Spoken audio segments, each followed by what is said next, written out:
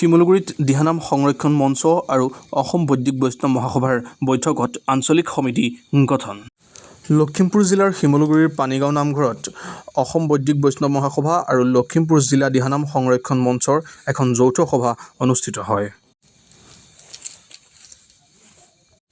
লখিমপুৰ জিলা বৈদিক বৈষ্ণৱ মহাসভাৰ সভাপতি বিশ্বেশ্বৰ দত্ত, লখিমপুৰ জিলা দিহানাম সংৰক্ষণ মঞ্চৰ সম্পাদক মদন বৰাই আঁত ধৰা সভাখনতে শিমলুগুৰি আঞ্চলিক দিহানাম সংৰক্ষণ মঞ্চ আৰু বৈদিক বৈষ্ণৱ মহাসভাৰ আঞ্চলিক সমিতি দুখন গঠন কৰা হয়। উল্লেখযোগ্য যে অসম বৈদিক বৈষ্ণৱ যুৱ মহাসভাৰ প্ৰধান সম্পাদক চন্দন ভূঞা, উপসভাপতি ৰোহিত দত্ত, বৈদিক বৈষ্ণৱ মহাসভাৰ দিলীপ দত্ত, জিলা সাংগঠনিক সম্পাদক তুলসী শইকীয়া, লখিমপুৰ জিলা দিহানাম সংৰক্ষণ মঞ্চৰ তিলক লিগিৰা, ভূপেন বুঢ়াগোহাঁইকে ধৰি কেইবাগৰাকীও নেতৃবৃন্দ উপস্থিত থাকি আঞ্চলিক সমিতি দুখন গঠন কৰে।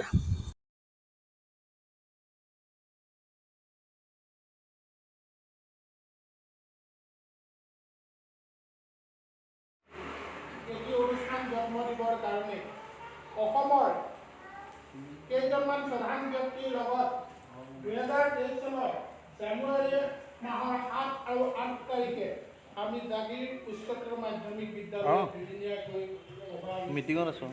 অসমমান জিলাই আমাক প্ৰথমতে সমৰ্থন কৰিছিল, সকলো জিলাই অৱগত হোৱা নাছিল। সেই গতিকে তাত আমি সমিতি গঠন নকৰি পৰৱৰ্তী জুলাই মাহত আমি নগাঁও বহালীত দুদিনীয়াকৈ আকৌ অসম ভিত্তিক এখন সভা অনুষ্ঠিত কৰিবলৈ সক্ষম হ'লোঁ। সেই সভাতে অসমৰ 22খন জিলাৰ 500ৰো অধিক প্ৰতিনিধিয়ে দুদিনীয়াকৈ দিহানাম মুখ্য যিকেইটা পদবী, এই পদবীকেইটা বৰ্তমান আমাৰ লখিমপুৰ জিলালৈকে আহে। ৰাজ্যিক সমিতিত উপসভাপতিৰ পৰা সদস্যলৈকে সৰ্বমুঠ 11টা পদ আমাৰ লখিমপুৰ জিলালৈকে আহে। আকৌ যুৱ মহাসভাৰ 5টা বিষয়বাদ আমাৰ লখিমপুৰ জিলালৈকে আহিছে।